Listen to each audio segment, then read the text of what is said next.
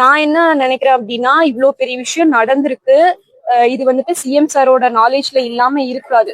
So இப்ப வரைக்கும் CM sir ஏன் வந்துட்டு ப்ராப்பரா ஒரு இன்ஃபர்மேஷனை வந்துட்டு சொல்லாம அபிஷியலா வந்துட்டு சொல்லாம இருக்காரு. ஒரு ஆறுதலாச்சும் எங்களுக்கு சொல்லியிருக்கணும் எங்க குடும்பத்துக்கு. ஏன்னா வந்துட்டு அது கூட இன்னும் அவர் சொல்லாம இருக்காரு அப்படிங்கிறது ரொம்ப கஷ்டமா இருக்கு. சாருக்கு எல்லாமே தெரிஞ்சிருக்கும். ஸோ ஒரு ஆறுதல் கூட எங்களுக்கு இப்ப வரைக்கும் சார் சொல்லல. நாங்க என்ன ஒரு ரெக்வஸ்ட் வைக்கிறோம்னா, பாப்பாவோட போஸ்ட்மார்டம் ரிப்போர்ட் வரக்கு வந்துட்டு 1 டே ஆகும்னு சொல்லியிருக்காங்க. ஸோ அதுக்குள்ள சிஎம் சார் வந்துட்டு அபிஷியலா ஒரு அவேர்னஸ் வந்துட்டு கிரியேட் கொடுக்கணும், எல்லாத்துக்கும் கொடுக்கணும்.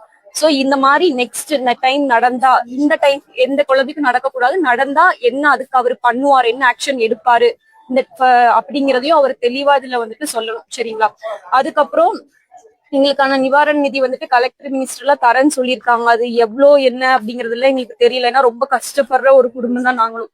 சோ அதனால அதுக்கான நிவாரண நிதி எவ்வளோ அப்படிங்கறது ப்ராப்பரா எங்களுக்கு